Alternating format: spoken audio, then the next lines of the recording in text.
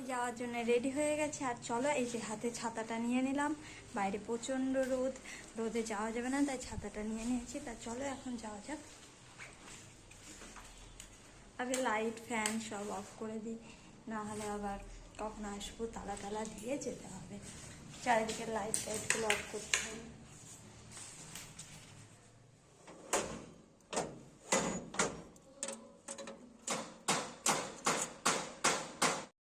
এই যে এখন বেরিয়ে পড়েছি যাওয়ার জন্য, পার্লারে যাব।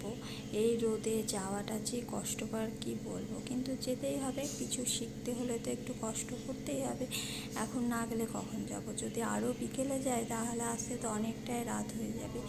এই হয়ে গেছে ব্যাপার। সকাল সকাল গেলেও বাবুর স্কুল আছে, সব দিক সামলিয়ে তারপরে যাওয়া। তা রোদ হলেও কিছু করার নেই, কষ্ট একটু করতেই হবে। তা যাই হোক,